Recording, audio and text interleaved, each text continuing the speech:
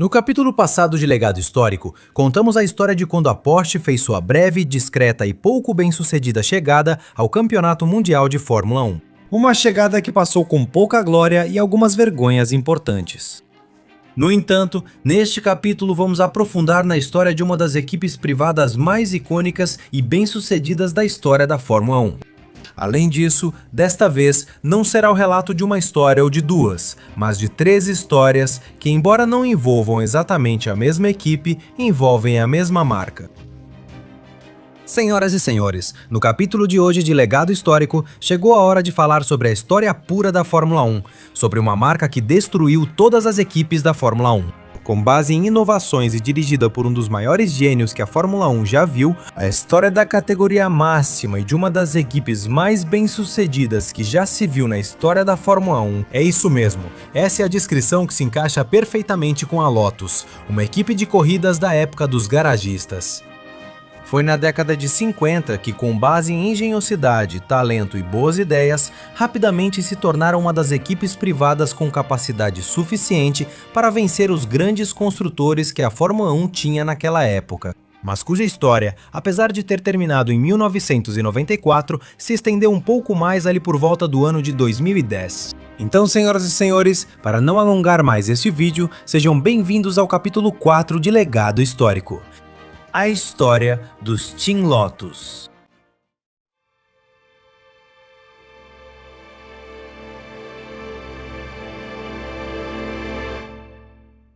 Falar sobre a história de 3 equipes Lotus pode soar como algo do tipo multiversal, os Lotus de universos diferentes, mas não.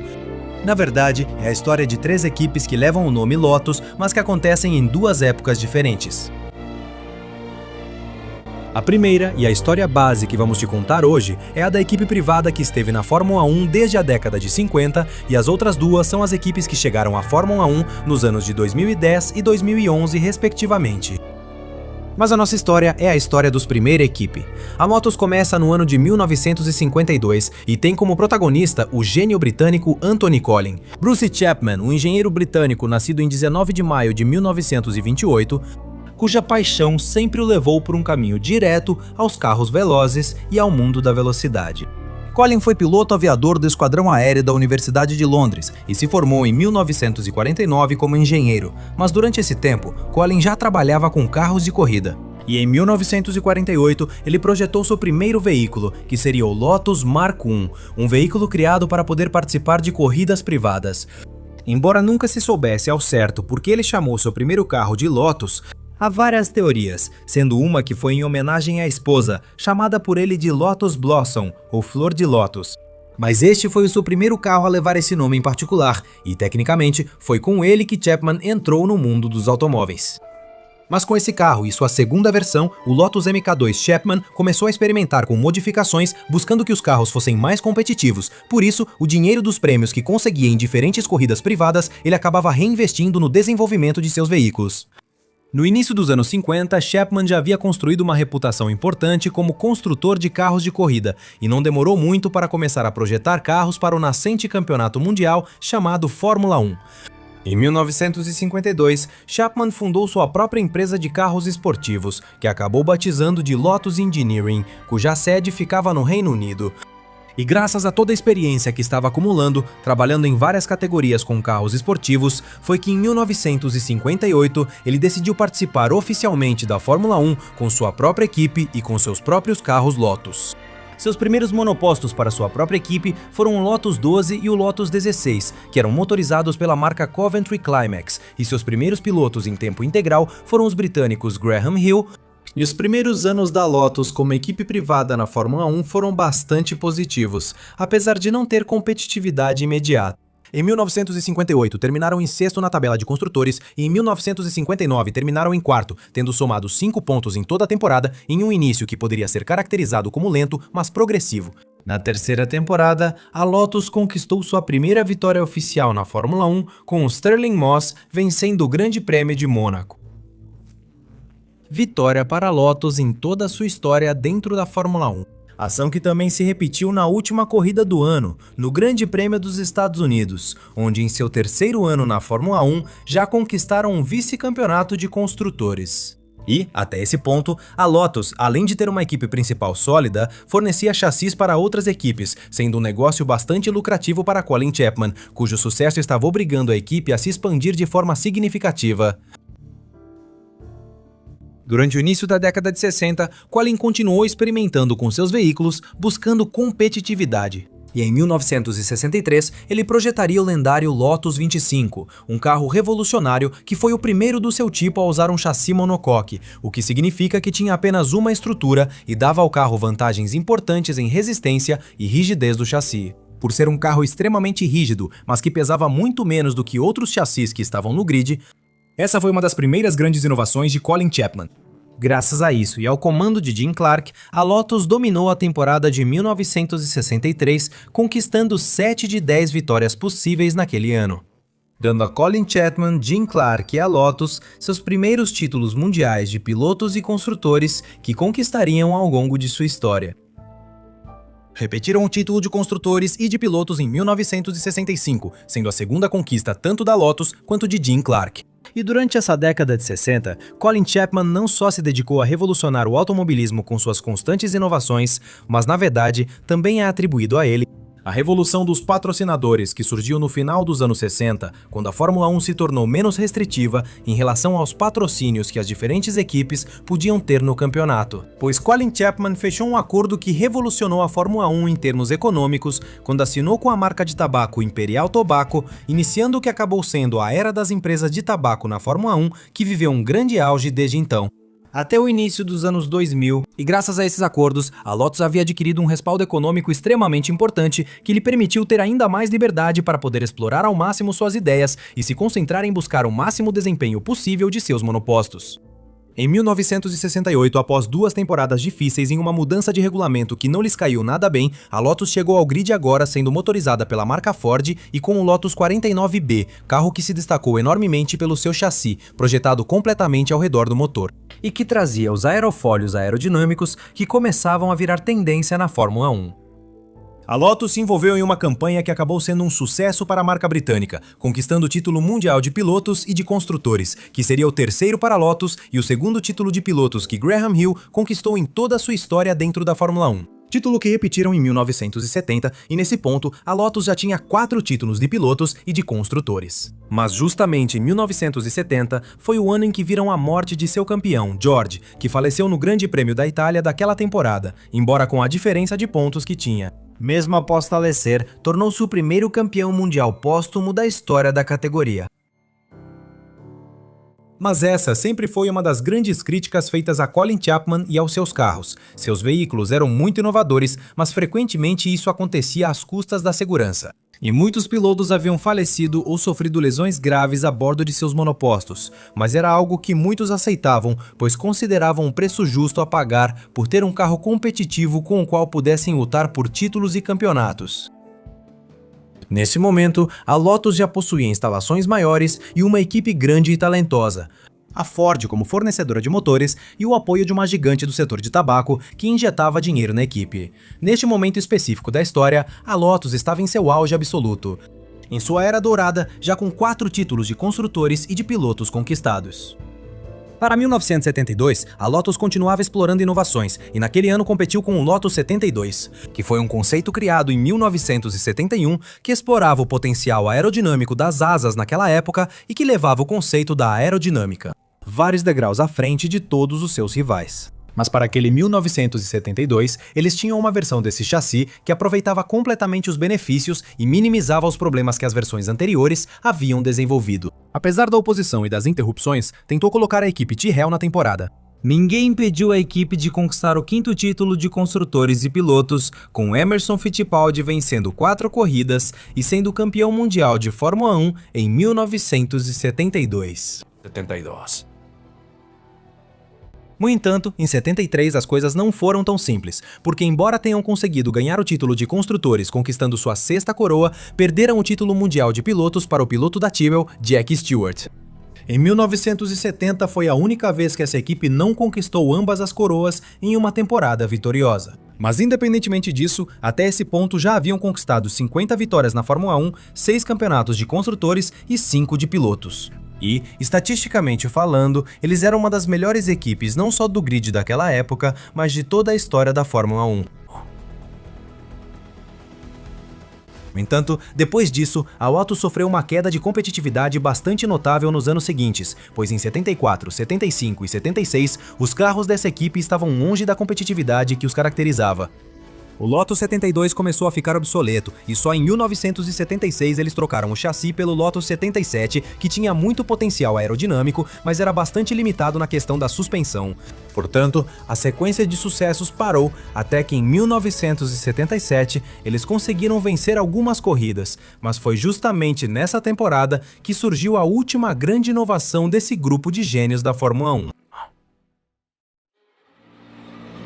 Durante esses anos, a Lotus, como equipe privada, era uma das que mais aproveitava a questão da aerodinâmica, mas Colin encontrou uma inovação que revolucionaria completamente o efeito da própria aerodinâmica nos carros de Fórmula 1.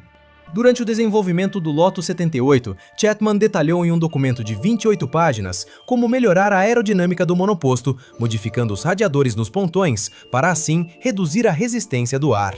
Mas quando testaram um dos designs no túnel de vento, um dos designers da equipe Lotus, Peter Wright, percebeu que os níveis de carga aerodinâmica aumentavam com o design desses pontões, que em teoria deveriam reduzir a resistência aerodinâmica. E nesses testes, perceberam que, se o ar fosse redirecionado pela parte inferior do carro por meio de saias e o carro ficasse o mais baixo possível em relação ao chão, os níveis de carga aerodinâmica aumentavam de forma exponencial. Isso, em essência, foi a descoberta do efeito solo, aplicando o princípio de Bernoulli. Quando o ar passa por baixo do carro, ocorre o efeito. Muito mais que o aire que passava por cima. E o princípio diz que, quando um fluido aumenta sua velocidade, sua pressão acaba diminuindo. E no carro, isso criava uma zona de baixa pressão embaixo do veículo que grudava o carro na pista, transformando toda a estrutura em algo parecido com uma asa gigante de 4 rodas, o que melhorava exponencialmente a carga aerodinâmica e, com isso, a velocidade dos monopostos. Todo esse efeito era maximizado com as asas que foram introduzidas a partir de 1977, o que permitiu a Lotus e a Mario Andretti vencerem 5 corridas naquele ano de 1977. Com a revolução aerodinâmica descoberta, apesar de não conquistarem títulos naquele ano, no seguinte, com um conceito mais desenvolvido e funcional, o Lotus 78 e o Lotus 79 trouxeram de volta à marca os títulos que haviam perdido, onde Mario Andretti se consagrou campeão mundial naquele 1978. E a Lotus conquistou sua 7ª coroa de construtores, tornando-se então a equipe com mais títulos de construtores do que qualquer outra. Assim, a Lotus se tornava a equipe mais bem-sucedida nesse quesito, ficando atrás apenas da Ferrari em vitórias, mas onde? Neste ponto, a Lotus já era uma das marcas mais bem-sucedidas da história do Mundial, e o legado que eles haviam construído era simplesmente invejável, de qualquer ângulo que se olhasse. Mas aquele 1978 seria a última vez que essa equipe conquistaria um título mundial em toda a sua trajetória, e onde começaria a decadência de uma estrutura que estava acostumada a vencer e dominar. Fórmula 1. Lotus competiu na Fórmula 1 por anos, mas enfrentou contratempos que limitaram sua competitividade. Outros construtores criavam conceitos aerodinâmicos que começaram a superar os da Lotus. Além disso, Chapman havia apostado muito no desenvolvimento do Lotus 88, um carro que, em teoria, deveria competir em 1981 e cujo conceito era genuinamente monstruoso. Um carro com um sistema de duplo chassi que basicamente era um dentro do outro, onde cada um atuava de forma independente, onde o chassi interno, além de ter o habitáculo, estava projetado para absorver as pressões do efeito solo, enquanto o chassi externo basicamente era um potencializador máximo do efeito solo. E, juntos, essas duas inovações geravam, em teoria, uma carga aerodinâmica absolutamente brutal e insana, com a qual eles riam às gargalhadas. Da proibição das saias aerodinâmicas que a FIA havia imposto naquele 1981 ano, em que esse órgão queria limitar o volume, que foi construído majoritariamente por fibra de carbono, sendo o primeiro carro a ser construído principalmente com esse material. No papel, eles tinham uma arma para dominar e conseguiram chamar a atenção de todo o grid e, ao dizer chamar a atenção, deixaram todo o grid completamente apavorado. Isso os levou a enfrentar um grid da Fórmula 1 totalmente contrário ao conceito, que rapidamente protestou na FISA, alegando que a ideia de Colin Chapman era ilegal. E devido às pressões da Fórmula e apesar de ter um carro legal que seguia tudo o que estava escrito pela FISA naquele momento, no regulamento técnico da Fórmula 1, esse órgão acabou tornando esse monoposto ilegal e eles não puderam usá-lo em 1981 por supostamente ter elementos aerodinâmicos que não estavam fixados firmemente à carroceria. Com isso, eles tiveram um enorme revés em suas aspirações que acabariam pagando muito caro, pois a Lotus nunca conseguiu se recuperar a curto prazo do que resultou ser a proibição do Lotus 88. E durante os anos seguintes, tiveram que ver sua competitividade cair drasticamente. Além disso, em 1982, Colin Chapman faleceu em 16 de dezembro daquele ano, vítima de um ataque cardíaco aos 54 anos, o que desestabilizou completamente toda a equipe. Tudo isso quando Colin Chapman estava começando a trabalhar e pesquisar sobre o tema das suspensões ativas. A equipe, após a morte de Colin Chapman, acabou sendo liderada por sua esposa Hassel Chapman, além de Peter Eric Warr, que já havia trabalhado com a equipe e estava com eles desde 1981. Mas sem a orientação do gênio de Chapman, a Lotus nunca conseguiu voltar a reinar na Fórmula 1 como nos anos anteriores. Tiveram grandes épocas com vitórias interessantes, principalmente aquela marcada pela chegada de Ayrton Senna de 1985 até 1987, mas nunca voltaram a ser revolucionários e letais como quando era o gênio quem liderava essa equipe. E, infelizmente, a partir desse ponto, ano após ano, não só falhavam em ter conceitos vencedores de campeonatos, mas no final, os grandes pilotos acabavam indo correr por outras equipes. Os melhores motores estavam com outras escuderias, nas quais viam mais potencial de sucesso. E de modo geral, a Lotus, ano após ano, perdia sua posição como equipe que um dia soube dominar a Fórmula 1. A última vitória dessa equipe na Fórmula 1 foi com Ayrton Senna, que no Grande Prêmio de Detroit de 1987 com o Lotus 99T, conseguiu se consagrar como vencedor de um grande prêmio, com um monoposto que era impulsionado pela marca japonesa Honda e que já utilizava um conceito de suspensão ativa, que em 1992 se tornaria amplamente popular. Mas no ano seguinte, Ayrton Senna e seu fornecedor de motores Honda foram para a McLaren, e essa equipe continuou afundando tão forte e tão rápido quanto o Titanic em seu tempo, já que os anos seguintes foram apenas a despedida de um gigante antes de sua morte. Tentando voltar à competitividade com o apoio de um fabricante, em 1990 instalaram motores Lamborghini, porém o desempenho seguiu abaixo do esperado. E nesse 1990 também acabaram perdendo o patrocínio da tabaqueira Camel, que pintava os carros com aquele mítico amarelo, fazendo com que essa equipe começasse a sofrer uma crise financeira irreversível. Os resultados não vinham, só restavam as dívidas. A última grande aposta era o Lotus 109, que ia estrear na temporada de 1994, mas sem dinheiro para desenvolver o carro, a competitividade acabou sendo terrível. Não marcaram nenhum único ponto durante todo o ano e, inevitavelmente, com a situação econômica tão delicada que a equipe enfrentava, no final, a Lotus acabou entrando em falência, fazendo com que a estrutura tivesse que entrar em administração, e esse foi o ponto final dessa história, marcando o fim de uma equipe que, ainda em pleno 2026, é, historicamente falando, uma das equipes mais bem-sucedidas da história da Fórmula 1. Ao entrar em administração sem pagar as dívidas, foi decretada a liquidação forçada, levando ao desaparecimento da equipe. Os restos foram comprados e deram origem à Pacific GP, que também logo desapareceu. O que significou uma morte lenta, dolorosa e horrível para uma equipe que sempre se caracterizou por ser líder, por ser pioneira e por saber desenvolver e dominar em uma Fórmula 1 onde as grandes ideias geralmente acabavam triunfando. Isso pelo menos até que chegou o ano de 2009, já que durante os anos de 2010 a 2015, a Fórmula 1 viu o retorno da equipe Lotus de duas maneiras diferentes. Na verdade, em 2011, tínhamos duas equipes Lotus no grid. Mas para entender essa história, precisamos diferenciar essas duas estruturas. Uma é a Lotus Racing, criada em 2010, dirigida pelo empresário malaio Tony Fernandes, e a outra é a Lotus GP, que é a equipe que acabou absorvendo a estrutura da Renault quando ela deixou a Fórmula 1 no final de 2010. E para entender também essa história, é preciso entender que esses dois Lotus tinham pouco a ver com a equipe Lotus, que foi fundada por Colin Chapman em 1958. 58. Cronologicamente falando, a primeira história é a da equipe de Tony Fernandes, que começa em 2009. Naquele ano, FIA e Fórmula 1 lançaram uma convocação para incluir 4 novas equipes no grid, elevando-o a 13 equipes. Devido às pressões e ameaças enfrentadas pelo campeonato na disputa com a Fórmula, 4 equipes foram selecionadas nessa convocação, incluindo a Campos. Meta, que seria o projeto da Espanha para ter sua própria equipe de Fórmula 1, o US F1 Team, que foi um projeto fracassado de Peter Windsor e Ken Anderson para ter uma equipe 100% americana. Mano Racing, que depois se transformaria em Virgin Racing, e o protagonista dessa história é a Lotus Racing. Originalmente, esse projeto se chamaria Equipe Malásia de Fórmula 1, pois o dono dessa equipe era Tony Fernandes, que era um empresário malaio que queria ter sua própria equipe. Mas para tornar sua chegada mais atraente e conseguir chamar mais atenção da Fórmula 1 e de possíveis patrocinadores, ele conseguiu negociar com a Proton, que era a dona da marca Lotus Cars, uma licença para poder trazer de volta esse nome mítico ao grid.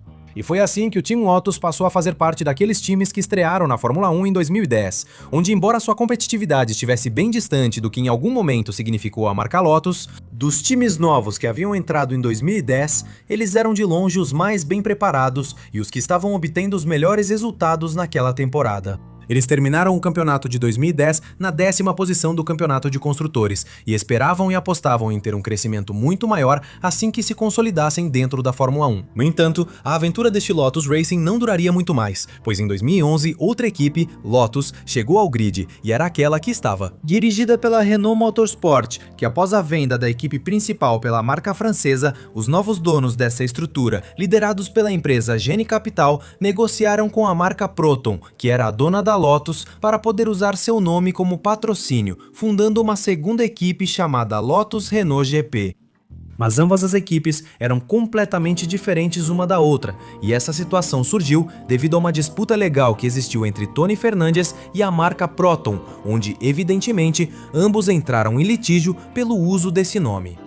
A Proton, por sua vez, denunciou que Tony Fernandes havia cometido violações flagrantes no uso da licença que lhes havia sido concedida em 2010 e que, por isso, ela foi retirada para poder ser usada em anos futuros. O que permitiu que a licença para o uso desse nome fosse transferida para a antiga Renault da Fórmula 1. Tony Fernandes afirmou que haviam adquirido a Team Lotus Ventures, empresa remanescente após o abandono da marca de Fórmula 1 em 1994. Que naquela época era propriedade de David Hunt e que com isso haviam adquirido os direitos da marca e todo o legado da equipe. Por isso, segundo eles, podiam usar o nome oficial da equipe, chamado Team Lotus. A Proton se defendeu, dizendo que o nome era completamente deles e propriedade do Grupo Lotus, que eles haviam adquirido anteriormente e que a utilização desse nome dependia completamente deles. Basicamente, tudo isso girou em torno do julgamento sobre o uso do nome da marca, julgamento que só foi resolvido em maio de 2011, quando o tribunal responsável deu razão a Tony Fernandes, confirmando-o como proprietário do nome Team Lotus, após ele ter comprado o nome de David Hunt. No entanto, o Grupo Lotus, a empresa que na época pertencia à Proton, tinha o direito exclusivo de usar o nome Lotus sozinho, e com isso podia entrar na Fórmula 1 como patrocinadora da Renault usando esse nome, desde que não utilizasse Team Lotus ou Lotus Racing. Mas como Tony Fernandes descumpriu o primeiro acordo que havia feito ao adquirir a licença que lhe permitia usar o nome Lotus Racing em 2010, ele acabou tendo que pagar danos e prejuízos por não respeitar esse primeiro acordo que havia firmado. E no final, Tony Fernandes acabou comprando a empresa Caterham Cars e, para evitar qualquer problema futuro, acabaram rebatizando a equipe como Caterham Racing a partir de 2012, o que deixou apenas um Team Lotus no caminho. A história dessa equipe começa em 2010, quando a Renault vendeu. Completo sua estrutura dentro da Fórmula 1. Passou a apenas fornecer motores para as equipes do grid, sem estrutura própria. Gene Capital era a principal acionista dessa nova equipe. E graças a um acordo com a Proton, eles acabaram comprando uma parte das ações da equipe. Por isso, a marca pôde marcar presença em 2012 na Fórmula 1 como patrocinadora, trazendo de volta esse nome e uma decoração muito parecida com a que o Team Lotus usava quando tinha o patrocínio da John Player Special. Durante 2011, eles competiram com o nome de Lotus GP, mas após a mudança de nome da equipe de Tony Fernandes para Caterham para o ano de 2012, a Lotus deixaria de ser Lotus GP para se chamar Lotus F1 Team, já que não tinham autorização para se chamar Team Lotus ou Lotus Racing. As ambições da equipe eram enormes, pois queriam ser competitivos a longo prazo. fazendo investimentos bastante importantes em pessoas muito talentosas, contratando inclusive um campeão mundial, como foi Kimi Raikkonen, para correr com eles no ano de 2012. Com a intenção de ser uma equipe que em breve disputará por grandes conquistas na Fórmula 1. Na verdade, a passagem deles pela categoria não foi ruim, pois a competitividade era forte desde 2012, permitindo muitos pódios e vitórias nos GPs de Abu Dhabi 2012 e Austrália 2013. A competitividade era bastante sólida e eles só ficavam atrás da Red Bull em termos de desempenho puro, que era a ponta de lança naqueles anos. Mas infelizmente, essa equipe não previu o sucesso que acabaria tendo, e ter contratado Kimi Raikkonen acabou sendo um golpe quase mortal que faria com que a equipe, aos poucos, fosse entrando em um enorme problema econômico. Como Lotus, não esperavam tanta competitividade para conquistar tantos pontos, vários pódios e algumas vitórias em 2012 e 2013. Antes, para tirar Kimi Raikkonen da aposentadoria na Fórmula 1, ofereceram um contrato muito vantajoso, que tinha uma cláusula de desempenho, que dizia que cada ponto que o finlandês marcasse valeria um bônus de 50 mil euros na sua conta pessoal. Imaginem o prejuízo dessa equipe, considerando os muitos pontos que ele conquistou em 2012 e 2013, estimados em cerca de 20 milhões de euros da época. Isso fez com que a equipe tivesse um prejuízo financeiro muito grande, que inclusive impediu que pudessem pagar o salário de Raikkonen no final de 2013 e que levou a um conflito entre os dois, porque esse acordo quase levou essa equipe à falência. Apesar de resolverem esse problema com a saída de Kimi Raikkonen, os anos seguintes da equipe não foram melhores. Desde 2014 e a era dos motores híbridos, a equipe nunca conseguiu desenvolver bem uma unidade de potência híbrida. A competitividade foi por água abaixo de uma hora para outra, pois não só aquela unidade de potência não era rápida, como o carro explodia de várias maneiras por diferentes e numerosos problemas de confiabilidade que sofreram durante toda a temporada. Para 2015 passaram a usar motores da Mercedes, mas a situação também não melhorou muito, pois a competitividade, é verdade, aumentou um pouco naquele 2015. Mas essa equipe estava muito longe dos desempenhos vistos em 2012 e 2013. Além disso, financeiramente, eles não estavam passando pelos melhores momentos. A Renault, querendo retornar à Fórmula 1 e buscando uma plataforma melhor para trabalhar tanto com uma equipe própria quanto com suas próprias unidades de potência, decidiu recomprar a estrutura. Em 2015 e em 2016, a Renault voltou para a Fórmula 1, para voltar a ser uma equipe construtora, o que acabou eliminando a Lotus do grid e desde 2015 resultou na saída da marca Lotus da Fórmula 1. E a última vez que esse nome lendário foi visto como parte do grid da principal categoria do automobilismo? Para concluir, Lotus no início sempre foi sinônimo de inovação, grandes ideias e de como colocá-las em prática para ser competitiva e líder dentro da Fórmula 1. A visão e liderança de Colin Chapman transformaram essa equipe privada em uma das mais bem-sucedidas da história da Fórmula 1. Embora sua partida também tenha significado o fim gradual dessa equipe como a conhecíamos. Lotus ocupa um dos lugares mais altos da história da Fórmula 1, sendo uma das equipes mais bem-sucedidas. Mesmo mais de 30 anos após sua última participação na Fórmula 1, a Lotus soube se destacar na categoria com genialidades que lhe permitiram um legado histórico de 7 títulos de construtores e 6 de pilotos, onde, até hoje, seguem entre os maiores da história deste campeonato. É inegável sentir pena por como essa equipe terminou, pois merecia um final muito mais digno do que sua morte em 1994, assim como os fracassados esforços de revivê-la entre 2010 e 2015. Mas é evidente que hoje em dia, falar da Lotus é falar de genialidade, talento, disciplina, sucesso e, acima de tudo, de uma das melhores equipes que já existiram na história da Fórmula 1. Senhoras e senhores, assim encerramos o capítulo 4 do legado da Fórmula 1, relembrando a história da Team Lotus. Mas me conte nos comentários se você já conhecia a história dessa equipe, se chegou a ver suas épocas de retorno nos anos de 2010 a 2015 e principalmente se você quer ver essa marca lendária de volta à Fórmula 1. Me mostrem todas as suas opiniões na parte dos comentários. Eu sei mais, me despeço dizendo que se você gostou deste vídeo, deixe um like, inscreva-se no canal, ative as notificações para saber quando estou postando um novo vídeo e compartilhe este com seus amigos. Te convido a seguir nossas contas no Instagram e Twitter, cujos links estão na descrição. Nos vemos em breve para mais conteúdos no canal Skyline Racing. Obrigado por nos acompanhar e até logo!